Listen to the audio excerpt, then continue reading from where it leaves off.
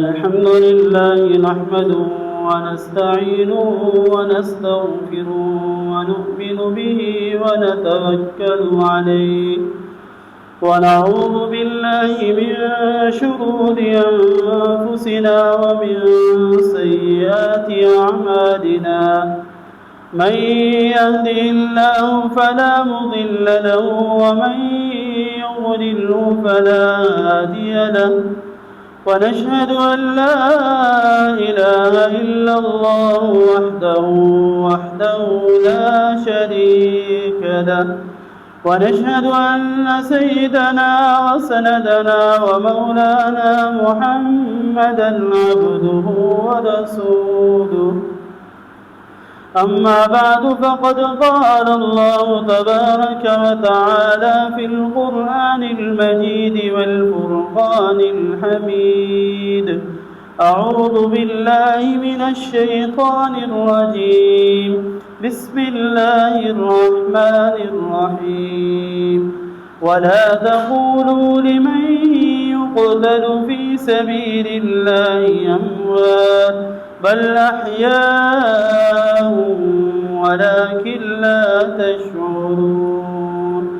صدق الله العظيم وصدق رسوله النبي الكريم ونحن على ذلك لمن الشاهدين والشاكرين والحمد لله رب العالمين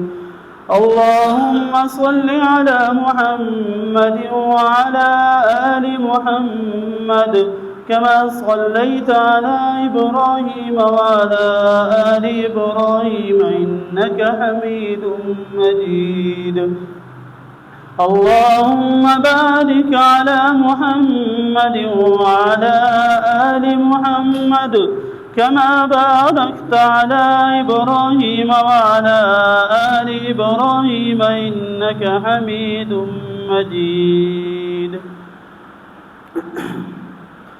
تمام تعریفیں اللہ کے لیے ہیں جس نے ہمیں پیدا کیا، جس نے ہمیں انسان بنایا۔ تمام مخلوقات میں اشرف اور اعلیٰ اور ارفع مخلوق انسانوں میں ہمیں پیدا فرمایا۔ پھر انسانوں کے مختلف ادیان، مختلف دینوں میں سب سے اعلیٰ دین، سب سے اعلیٰ مذہب جو اللہ رب العزت کے ہاں سب سے پسندیدہ مذہب ہے، ان الدین عند اللہ الاسلام، اللہ نے ہمیں اسلام کے ساتھ جوڑا، اسلام کا دین ہمیں عطا فرمایا، ہمیں مسلمان بنایا۔ یہ اللہ کا بڑا احسان ہے۔ اس احسان پر جتنا بھی اللہ کا شکر ادا کیا جائے وہ کم ہے، اور اس کائنات میں اللہ رب العزت کو اس دین سے بڑھ کر کوئی چیز بھی محبوب نہیں ہے۔ اس دین کے لیے اللہ رب العزت نے اس کائنات میں بھیجے جانے والے تمام انسانوں سے اللہ رب العزت نے دین کے لیے قربانیاں لی ہیں۔ خود حضور اقدس صلی اللہ علیہ وسلم جن کے لیے اس کائنات کو وجود بخشا، ان کے لیے، ان سے بھی اس دین کی آبیاری کے لیے، دین کو پھیلانے کے لیے اتنی تکلیفیں اور اذیتیں سے ان کو گزارا گیا، اتنی تکلیفوں سے ان کو گزارا گیا، اتنی قربانیاں ان سے لی گئیں۔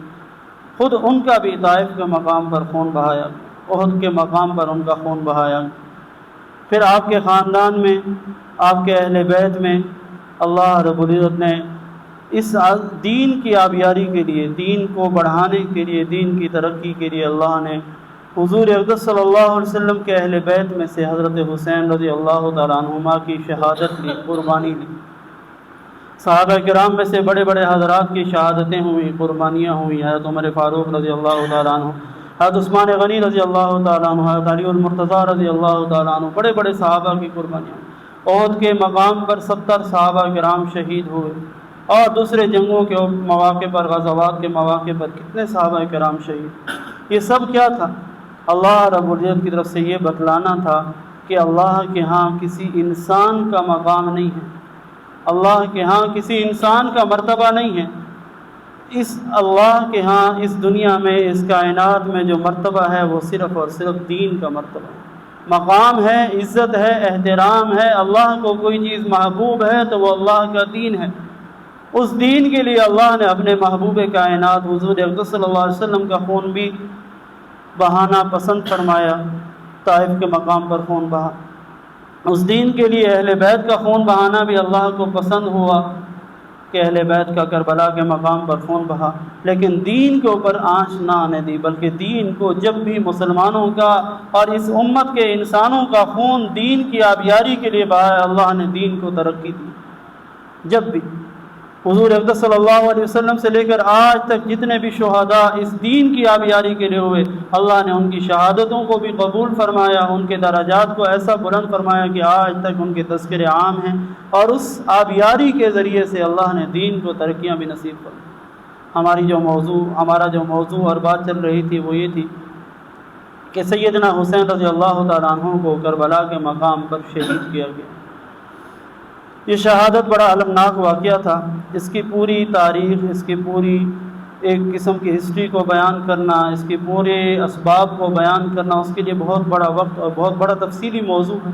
لیکن مختصراً پچھلے جمعے بھی اس بارے میں کچھ گزارشات کی تھی، اور آج بھی انشاءاللہ اس سلسلے میں ہی کچھ بات کرنی ہے۔ اللہ رب العزت ہمیں دین کی صحیح سمجھ اور دین کی حقیقت کو بیان کرنے اور سمجھنے اور سمجھانے کی توفیق عطا فرمائے۔ حضرت حسین رضی اللہ تعالیٰ عنہ حضور اقدس صلی اللہ علیہ وسلم کے نواسے ہیں، حضرت فاطمہ رضی اللہ تعالیٰ عنہ کے بیٹے ہیں، حضرت علی المرتضیٰ رضی اللہ تعالیٰ عنہ کے بیٹے ہیں۔ آپ صلی اللہ علیہ وسلم کو اتنے محبوب ہیں کہ آپ اپنی دعاؤں میں دعا مانگتے تھے، اللہم انی احبہما، اے اللہ میں ان سے محبت کرتا ہوں، فاحبہما، آپ بھی ان سے محبت کیجئے، واحب من یحبہما، اور ان سے بھی محبت کیجئے جو حسن اور حسین سے محبت کریں۔ ایسے پیارے اور ایسے شہزادے کو جن کو اللہ نے، اللہ کے نبی نے جنت کے جوانوں کا سردار بتلایا اور بنایا، حضور اقدس صلی اللہ علیہ وسلم پر آئے ہوئے آخری دین کی آبیاری کے لیے اللہ نے قربانی کے لیے قبول فرمایا، اور کربلا کے مقام پر ان کی قربانی ہوئی۔ واقعہ یہاں تک پہنچا تھا کہ سن 60 ہجری میں حضرت امیر معاویہ رضی اللہ تعالیٰ عنہ کا انتقال کا وقت آتا ہے۔ انتقال سے پہلے صحابہ کرام کے مشورے سے، اپنی مجلس شورا کے مشورے سے، انہوں نے اپنے بیٹے یزید کو اپنا نائب اور حکومت کے لیے نامزد کر دیا، اور ان کے لیے بیعت لینے کا ارشاد فرما دیا، اور لیکن ساتھ میں یزید کو یہ تاکید بھی فرما دی کہ اس وقت بڑے بڑے صحابہ کرام موجود ہیں، میرے جانے کے بعد ان سے بیعت لینے میں، ان سے اپنی خلافت یا اپنی حکومت کے لیے بیعت لینے میں سختی کا معاملہ نہ کریں۔ اور منبر پر اور اپنے خطبوں میں امیر معاویہ رضی اللہ تعالیٰ عنہ یہ دعائیں بھی فرمایا کرتے تھے کہ اے اللہ میں نے اس کو نامزد تو کر دیا ہے، اور اس کے نامزد کرنے کی وجہ صرف یہ ہے کہ میں دین کے اندر اور اسلام کے اندر اور مسلمانوں کے اندر فتنے اور انتشار سے بچنا چاہتا ہوں، اس لیے میں نے اس کو نامزد کیا ہے۔ اے اللہ اگر یہ دین کے لیے بہتر ہے تو اس کو باقی رکھنا، ورنہ اس کے شر سے امت کو محفوظ رکھنا۔ بہرحال امیر معاویہ رضی اللہ تعالیٰ عنہ کا انتقال ہو جاتا ہے، یزید خلافت میں آتا ہے، حکومت میں آتا ہے۔ حکومت میں آنے کے بعد حکومت کے نشے میں اس کے اندر فسق و فجور عام ہونا شروع ہو جاتا ہے۔ فسق و فجور، گناہوں کے کاموں میں، نمازوں کے اندر لاپرواہی، سستی، شراب اور دوسرے جرائم میں مبتلا ہونا شروع ہو جاتا ہے۔ بڑے بڑے صحابہ کرام موجود ہیں، حضرت عبداللہ بن عمر رضی اللہ تعالیٰ عنہ، عمر رضی اللہ تعالیٰ عنہ کے بیٹے ہیں، عبداللہ بن زبیر رضی اللہ تعالیٰ عنہ ابو بکر صدیق رضی اللہ تعالیٰ عنہ کے نواسے ہیں، عبداللہ بن عباس رضی اللہ تعالیٰ عنہ حضور صلی اللہ علیہ وسلم کے چچا کے بیٹے ہیں، حضرت ابو ہریرہ رضی اللہ تعالیٰ عنہ، ابو سعید خدری رضی اللہ تعالیٰ عنہ، بڑے بڑے صحابہ کرام موجود ہیں۔ یہ سارے حضرات مدینہ کے اندر موجود ہیں۔ مدینہ کا اس وقت گورنر جو ہے وہ ولید بن عتبہ ہے۔ میں مختصراً تاریخ کے حساب سے بات کو لے کے چلتا ہوں کیونکہ وقت ہمارے پاس کم ہوتا ہے، اس حساب سے میں کوشش کروں گا کہ اس تھوڑے سے وقت میں یہاں سے بات کو آخر تک پہنچا سکوں۔ مدینہ کا گورنر ولید بن عتبہ ہے، بڑا نرم دل آدمی ہے، اور ادھر بصرہ کا جو گورنر ہے، کوفہ اور بصرہ کا، وہ نعمان بن بشیر رضی اللہ تعالیٰ عنہ صحابی رسول ہیں۔ یہ یزید جب گورنر حکومت میں آتا ہے تو یہ تمام گورنروں کو پیغام بھیجتا ہے کہ میرے لیے اپنے اپنے علاقوں میں لوگوں سے بیعت لے لو، میری حکومت کے لیے بیعت لے لو، اور جو نہ مانے اس کے اوپر سختی کا معاملہ کرو۔ ولید بن عتبہ جو مدینہ کے گورنر ہیں، ان کے پاس بھی پیغام آتا ہے، وہ ان حضرات کو بلاتے ہیں، حضرت عبداللہ بن عمر، حضرت عبداللہ بن عباس، حضرت عبداللہ بن زبیر، حضرت حسین رضی اللہ تعالیٰ عنہ، یہ سارے بڑے حضرات کو بلاتے ہیں اور ان سے یزید کے لیے بیعت کا بولتے ہیں۔ حضرت عبداللہ بن عباس رضی اللہ تعالیٰ عنہ اور حضرت عبداللہ بن عمر رضی اللہ تعالیٰ عنہ چونکہ اسلام کے اندر اور دین کے اندر ابتدا میں حضرت عثمان رضی اللہ تعالیٰ عنہ کی شہادت کے بعد سے بڑے فتنے رہے تھے، بڑی آزمائشیں اور مسلمانوں کی آپس میں بڑی خانہ جنگیاں رہی تھیں۔ تو ان حضرات نے یہ سوچ کر، اس سمجھ سے کہ کہیں دوبارہ اگر ہم نے اس کی بیعت پر اتفاق نہ کیا اور اس کی حکومت کو تسلیم نہ کیا تو کہیں مسلمانوں کا آپس میں اختلاف دوبارہ نہ شروع ہو جائے اور مسلمانوں کی آپس میں جنگیں دوبارہ نہ شروع ہو جائیں، اور مسلمان اور اسلام جو اتنی تیزی سے ترقی کر رہے ہیں کہ 64 لاکھ مربع میل تک اسلام پھیل چکا ہے، کہیں یہ اسلام کا بڑھنا رک نہ جائے آپس کی جنگوں اور آپس کی لڑائیوں کی وجہ سے۔ اس لیے انہوں نے اس کی بیعت کو تسلیم کر لیا، اس کی حکومت کو تسلیم کر لیا۔ لیکن حضرت عبداللہ بن زبیر رضی اللہ تعالیٰ عنہ اور حضرت حسین رضی اللہ تعالیٰ عنہ نے اس کی بیعت قبول کرنے سے انکار کر دیا۔ فرمایا کہ یہ فسق و فجور میں مبتلا ہو چکا ہے، یہ فسق و فجور میں مبتلا ہو چکا ہے، یہ اللہ کے احکام کا باغی بننے لگ گیا ہے، لہٰذا ہم اس کی حکومت کو قبول نہیں کرتے، اس کی بیعت کو قبول نہیں کرتے۔ یہ دونوں حضرات رات کے وقت میں مدینہ منورہ سے مکہ کی طرف چلے گئے، اور مکہ میں جا کر عبداللہ بن زبیر رضی اللہ تعالیٰ عنہ نے وہاں پر ایک قسم کی اپنی حکومت قائم کر لی، لوگوں نے ان کے ہاتھ پر بیعت کر لی اور ان کے احکام اور ان کے مشوروں پر عمل کرنا شروع کر دیا۔ عبداللہ بن زبیر رضی اللہ تعالیٰ عنہ کی بات تو یہاں ہو جاتی۔ اب رہ گئے سیدنا حسین رضی اللہ تعالیٰ عنہ۔ کوفہ والوں کو جب یہ پتہ چلا کہ حسین رضی اللہ تعالیٰ عنہ نے یزید کی بیعت کرنے سے، اس کی حکومت کو ماننے سے انکار کر دیا، تو انہوں نے حضرت حسین رضی اللہ تعالیٰ عنہ کے پاس خطوط بھیجنا شروع کر دیے کہ آپ یہاں پر کوفہ میں آ جائیں، یہاں پر پھل پک چکے ہیں، نوجوان بڑے ہو چکے ہیں، اب وہ آپ کو اور اہل بیت کو دیکھنے کے لیے، ان کی زیارت کرنے کے لیے، ان کی بات ماننے کے لیے، ان کے ہاتھ پر بیعت کرنے کے لیے، غرض اس طرح کی الفاظ بنا کر اور حضرت حسین رضی اللہ تعالیٰ عنہ کو مختلف خطوط مختلف الفاظ سے بھیج کر تیار کر لیا کہ آپ کوفہ آ جائیں، یہاں پر ہم آپ کی بیعت کریں گے۔ اور روایات میں آتا ہے کہ کم و بیش 12,000 یا 18,000 خطوط انہوں نے۔ یہ حج کا سیزن چل رہا تھا، ذوالقعدہ کا مہینہ، ذوالحجہ کا مہینہ، حج کے قافلے مکہ سے، کوفہ سے، بصرہ سے، دوسرے علاقوں سے مکہ کی طرف آ رہے تھے۔ حسین رضی اللہ تعالیٰ عنہ بھی ان دنوں مکہ میں تھے، تو جو بھی قافلہ حج کا کوفہ سے یا بصرہ سے آتا اس کے ہاتھ میں خطوں کے بھرے ہوئے تھیلے دے کر بھیج دیتے۔ 18,000 خطوط ان کے پاس جمع ہو گئے۔ حسین رضی اللہ تعالیٰ عنہ کے دل میں آیا کہ کیوں نہ میں کوفہ چلے جاؤں۔ پھر صحابہ کرام سے، جو بڑے بڑے صحابہ موجود تھے، ان سے مشورہ کیا۔ یہ پوری تاریخ ہے، بڑی لمبی تفصیل ہے، ہر واقعے کی لمبی تفصیل ہے، اس کو بیان کرنے بندہ بیٹھ جائے تو بہت وقت لگ جاتا ہے۔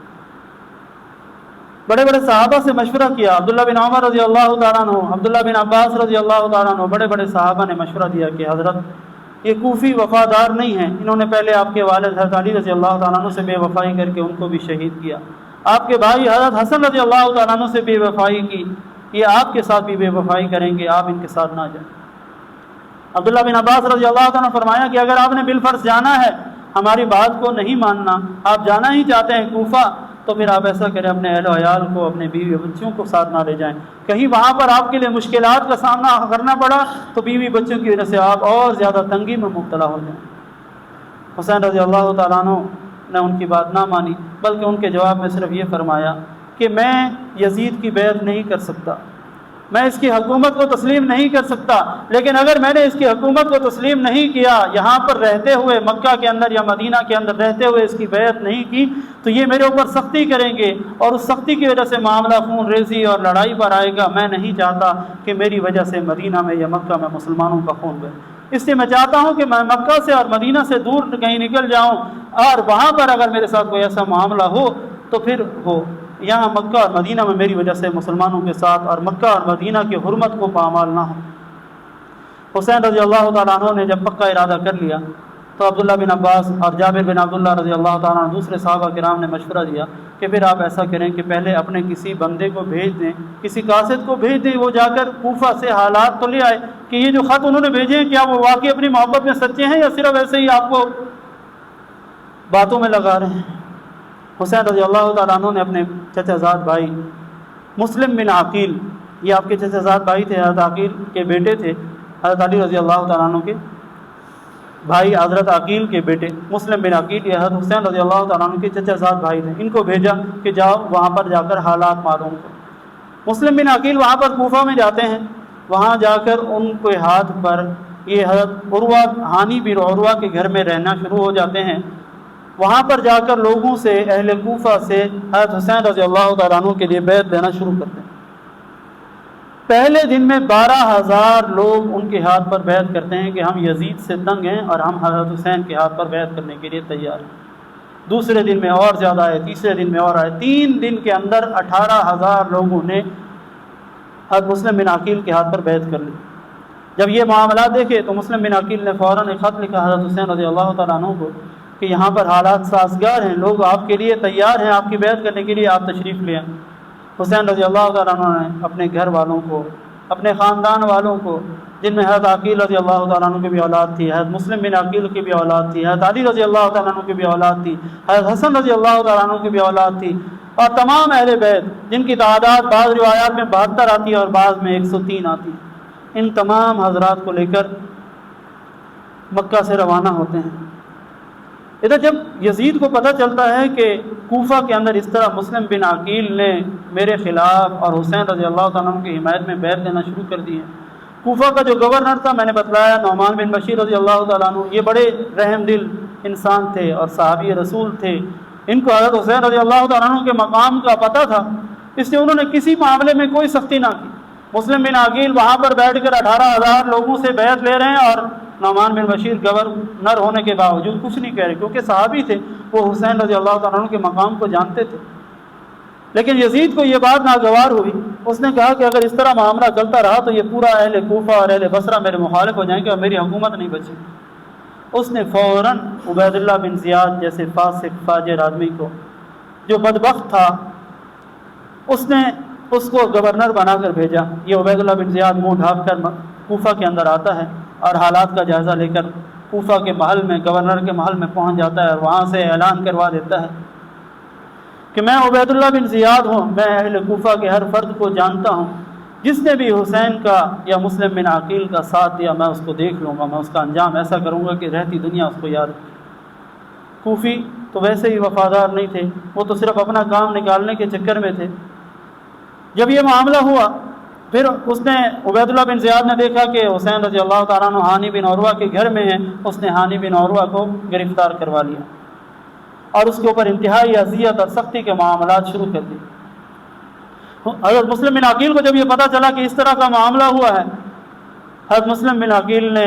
اپنے ساتھیوں کو، جو اہل کوفہ ان کے ہاتھ پر بیعت کر چکے تھے، 18,000 ان کو ساتھ لیا کہ چلو ہانی بن عروہ کو ہماری وجہ سے گرفتار کیا گیا، اس کو چھڑاتے ہیں۔ یہ سارے وہاں پر جاتے ہیں، لیکن عبید اللہ بن زیاد محل کے اوپر چڑھ کر اعلان کرتا ہے اور کہتا ہے کہ میں اہل کوفہ، میں نے تم سب کے چہرے بھی دیکھ لیے، تمہاری شکلیں بھی دیکھ لی اور تمہارے نام بھی مجھے پتہ ہے، میں تم سب کو دیکھ لوں گا، میں کسی کو زندہ نہیں چھوڑوں گا۔ جب یہ اس نے دھمکی دی تو روایات میں آتا ہے کہ اہل کوفہ حضرت مسلم بن عقیل کو وہاں پر چھوڑ کر ایسے بھاگے کہ 18,000 میں سے بھاگتے بھاگتے بھاگتے صرف 40 کے قریب باقی رہے۔ 18,000 میں سے صرف 40 کے قریب رہ گئے اور وہ 40 بھی پھر بھاگ گئے۔ آخر میں مسلم بن عقیل اکیلے رہ گئے، عبید اللہ بن زیاد کی فوج ان کا پیچھا کرتی ہے، یہ گلیوں میں بھاگ رہے ہیں، زخمی حالت میں، بھوکے پیاسے گلیوں میں بھاگ رہے ہیں، ایک عورت کے مکان پر آ کر پناہ لیتے ہیں۔ وہاں پر اس عورت کا بیٹا اسی عبید اللہ بن زیاد کا ایک حامی تھا، اس کا مشیر تھا، اس کا دوست تھا، اس نے جا کر خبر دے دی کہ یہاں پر چھپے ہوئے ہیں۔ اس نے وہاں سے گرفتار کر کے ان کو قتل کر دیا اور محل کی چھت سے نیچے گرا کر ان کو ہلاک کیا۔ مسلم بن عقیل نے جب یہ حالات خراب ہوئے تھے تو اپنی گرفتاری سے پہلے ایک دوسرا خط لکھ کر بھی بھیج دیا تھا حسین رضی اللہ تعالیٰ عنہ کو کہ حالات اب پہلے جیسے نہیں رہے، آپ اللہ کے لیے یہاں نہ آئیں، یہاں آپ کے لیے بڑی مشکلات ہیں۔ ادھر سے عبید اللہ بن زیاد نے عمر بن سعد کو ایک لشکر دے کر راستے کی طرف بھیج دیا کہ مکہ سے حسین رضی اللہ تعالیٰ عنہ کوفہ کی طرف آ رہے ہیں، آپ جا کر ان کا راستہ روکو اور ان کو کسی حال میں بھی بصرہ، کوفہ یا دمشق جہاں پر یزید کا دربار ہے وہاں کی طرف نہ آنے دینا، اور راستے میں ان کو روک لینا، اگر وہ ہماری بیعت کر لیں تو پھر ان کو آگے آنے دینا، اگر بیعت نہ کریں تو ان کو آگے نہ آنے دینا۔ عمر بن سعد یہ اچھا آدمی تھا، عمر بن سعد نہیں، حور بن یزید یہ اچھا آدمی تھا، اس نے جا کر حضرت حسین رضی اللہ تعالیٰ عنہ سے ملا کربلا کے مقام پر، حضرت حسین رضی اللہ تعالیٰ عنہ نے اپنی بات کی اور یہ بتلایا کہ یہ دیکھو میرے پاس اتنے خطوط آئے ہیں، اور ان خطوط کی وجہ سے میں وہاں سے چل کر آیا ہوں، میں اپنی طرف سے تو نہیں آیا، انہوں نے مجھے بلایا ہے۔ انہوں نے کہا آپ کی بات ٹھیک ہے، لیکن اب معاملات بگڑ چکے ہیں، مسلم بن عقیل شہید ہو چکے ہیں، لہٰذا آپ واپس چلے جائیں۔ حسین رضی اللہ تعالیٰ عنہ نے واپس جانے کا ارادہ فرما لیا تھا، لیکن مسلم بن عقیل کی اولاد کھڑی ہو گئی کہ ہم اپنے والد کا بدلہ لیے بغیر واپس نہیں جائیں۔ حسین رضی اللہ تعالیٰ عنہ نے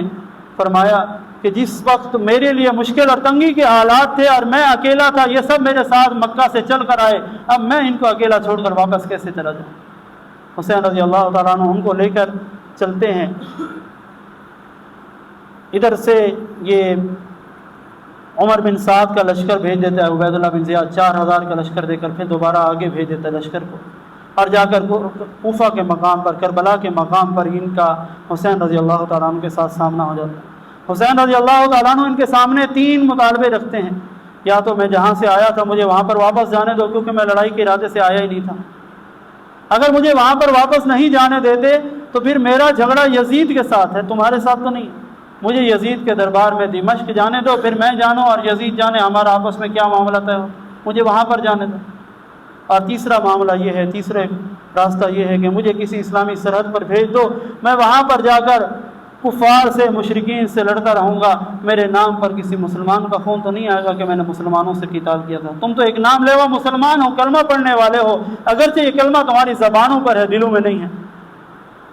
حسین رضی اللہ تعالیٰ عنہ کے یہ تینوں مطالبات ان کو سمجھ میں آ گئے تھے، انہوں نے یہ مطالبات عبید اللہ بن زیاد کو بھیجے، اس کو بھی یہ بات کچھ سمجھ میں آنے لگی، لیکن وہاں پر شمر ملعون بیٹھا ہوا تھا،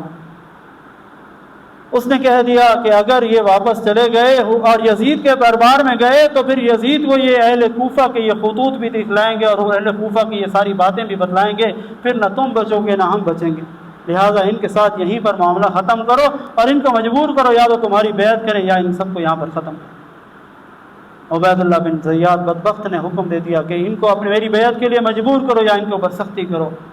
بہرحال یہ سارے اسباب ہوئے، جس کے بعد کربلا کا وہ واقعہ پیش آیا، جس کے بعد حسین رضی اللہ تعالیٰ عنہ نے اپنے گھر والوں کے ساتھ، اہل بیت کے ساتھ ایک ایسی قربانی پیش کی جس کی یاد 1400 سال سے آج بھی تازہ ہے۔ لیکن سوچنے اور سمجھنے کی آخری بات کہہ کر میں اپنی بات کو ختم کرتا ہوں کہ حسین رضی اللہ تعالیٰ عنہ نے یزید کا مقابلہ کیوں کیا تھا؟ اور آج بھی محرم کا مہینہ شروع ہوتا ہے تو ہمارے معاشرے میں، عرف میں اور سوشل میڈیا پر، موبائلوں پر، عرف میں، ہماری زبانوں پر 2 جملے بڑے عام ہو جاتے ہیں کہ ہم کون یزیدی ہے اور کون حسینی ہے۔ یہ یزیدی اور حسینی ہونے کا مطلب کیا ہے؟ حسین رضی اللہ تعالیٰ عنہ نے کیوں یزید کی مخالفت کی تھی؟ کیا ان کا یزید کے ساتھ جھگڑا کسی مال و دولت کے لیے تھا؟ کیا یزید کے ساتھ جھگڑا کسی جاگیر اور جائیداد کے لیے تھا؟ کسی گھریلو جھگڑے کے لیے تھا؟ رشتہ داری کے لیے تھا؟ یا یزید کے ساتھ ان کا معاملہ دین کے لیے تھا؟ سوچنے سمجھنے کی بات کی ہے، اور اس کا فیصلہ خود حسین رضی اللہ تعالیٰ عنہ کا ایک خطبہ ہے جو انہوں نے اس کربلا کے مقام پر اپنے اہل بیت کے سامنے، اپنے گھر والوں کے سامنے، اپنے دوستوں کے سامنے، جو ان کے ساتھ ان کے وفادار آئے تھے، ان کے سامنے خطبہ دیا تھا۔ مختصر سا خطبہ ہے، اس خطبے کے الفاظ کو سمجھنے کے لیے ہمیں اپنی آنکھیں کھولنی پڑیں گی، اپنے دل کی آنکھیں کھولنی پڑیں گی، پھر ہمارا فیصلہ ہو جائے گا کہ ہم یزیدی ہیں یا ہم حسینی ہیں۔ جو عرف میں، معاشرے میں ہمارے لیے سوال ہے کہ کون یزیدی ہے اور کون حسینی ہے، حسین رضی اللہ تعالیٰ عنہ کے اس خطبے نے خود فیصلہ فرما دیا کہ یزیدی کون ہے اور حسینی کون۔ حسین رضی اللہ تعالیٰ عنہ فرمایا انہم لزموا طاعت الشیطان وترکوا طاعت الرحمن، ہم ان کے مقابلے کے لیے اس لیے آئے ہیں، ہم ان کے خلاف اس لیے کھڑے ہوئے ہیں کہ انہوں نے رحمان کی طاعت کو چھوڑ دیا اور شیطان کی طاعت کو اپنے اوپر لازم کر دیا۔ اب ہمارے اوپر سوال ہے کہ ہم نے رحمان کی طاعت کو چھوڑ دیا اور شیطان کی طاعت کو لازم کر لیا، یا ہم نے بھی رحمان کی طاعت کو اختیار کیا؟ اگر ہم نے حسین رضی اللہ تعالیٰ عنہ کی طرح رحمان کی طاعت کو لازم کر لیا، اللہ کی فرما برداری ہمارے دلوں میں ہے، تو پھر ہم حسینی ہیں۔ اور اگر اللہ کے احکامات ہماری زندگیوں میں نہیں ہیں، اللہ کا دین ہماری زندگیوں میں نہیں ہے، سب سے بڑا اللہ کے دین کا کارنامہ، سب سے بڑا اللہ کے دین کا نام نماز کی صورت میں، جس نماز کی پابندی حسین رضی اللہ تعالیٰ عنہ نے کربلا کے مقام پر کی، اور جس نماز کی حالت میں حسین رضی اللہ تعالیٰ عنہ کربلا کے مقام میں ظہر کی نماز پڑھتے ہوئے سجدے کی حالت میں شہید ہوئے، یہ اللہ کی فرما برداری اور طاعت کا اعلیٰ نمونہ ہے۔ اور حسین رضی اللہ تعالیٰ عنہ نے اپنے خطبے میں فرمایا کہ یہ یزیدی ایسے ہیں کہ انہوں نے شیطان کی اطاعت کو اختیار کر لیا اور رحمان کی اطاعت کو چھوڑ دیا، ہم اس لیے ان کے خلاف ہیں۔ ہم بھی اپنے دلوں میں غور کر لیں کہ ہم نے بھی اگر رحمان کی اطاعت کو اختیار کیا ہوا ہے تو ہم حسینی ہیں، اور اگر ہم نے رحمان کی اطاعت اور بندگی کو چھوڑ دیا، نمازوں کو چھوڑ دیا، اللہ کے احکامات کی فرما برداری کو، اطاعت کو چھوڑ دیا، تو پھر ہم بھی اس نقش قدم پر ہیں جو یزید اور اس کے حواریوں کا نقش قدم تھا، پھر ہم حسین کے نقش قدم پر نہیں ہیں۔ پھر حسین رضی اللہ تعالیٰ نے فرمایا کہ انہوں نے واظہر الفساد، زمین کے اندر فساد پھیلا دیا۔ آج ہم دیکھیں ہمارے معاشرے میں مسلمانوں نے زمین کے اندر، روئے زمین پر آپس میں خون ریزی، فساد کتنا پھیلایا ہوا ہے، اور آپس میں صلح جوئی اور محبت اور اتفاق اور بھائی چارے کا کتنا پھیلایا ہوا ہے۔ اگر ہم آپس میں بھائی چارے اور اتفاق اور محبت کو پھیلا رہے ہیں تو ہم حسینی ہیں، اور اگر اللہ نہ کرے ہمارے کسی عمل کی وجہ سے زمین میں یا آپس میں یا ہمارے معاشرے میں فساد پھیل رہا ہے تو پھر ہم یزید اور اس کے حواریوں کے نقش قدم پر ہیں، پھر ہم حسین کے نقش قدم پر ہیں۔ پھر آگے فرمایا وَأَبْطَلُوا الْحُدُودَ، انہوں نے حدود اللہ کو باطل کر دیا، اللہ کے حدود کو پامال کر دیا، اللہ کے احکامات کو رون دیا، اللہ کے احکامات کو پس پش ڈال دیا۔ ہم بھی اپنی زندگیوں میں یہ غور کرتے رہیں۔ حسین رضی اللہ تعالیٰ عنہ کے اس پیغام میں ہمارے لیے بڑا سبق ہے، اور اس کربلا کے اس واقعے میں ہمارے لیے بڑا سبق ہے۔ اگر ہم حسینی ہیں، ہمیں حسین سے محبت ہے، ہم اہل بیت سے محبت کے دعوے دار ہیں، تو جس دین کے لیے انہوں نے قربانی دی اس دین کو ہمیں بھی اپنے لیے اہمیت دینا ہوگی، اس دین کے لیے اپنے جان مال کو قربان کرنا ہوگا، اس دین کے لیے اپنے سب کچھ قربان کر کے جب بھی دین کی آواز آئے گی ہم دین کے لیے اپنا سب کچھ نچھاور کریں گے۔ اللہ رب العزت ہمیں حسین رضی اللہ تعالیٰ عنہ کی قربانی سے سبق سیکھنے کی، ان کی قربانیوں کو قبول فرما کر ہمیں ان کے نقش قدم پر چلنے کی توفیق عطا فرمائے۔ نمازوں کی پابندی اور دین کی محبت میں اپنا سب کچھ قربان کر دینا، یہی کربلا کا درس ہے، یہی محرم کا درس ہے، اور یہی حضرت حسین رضی اللہ تعالیٰ عنہ کا درس ہے۔ اللہ رب العزت ہم سب کو عمل کی توفیق عطا فرمائے، سنتیں ادا فرمائے۔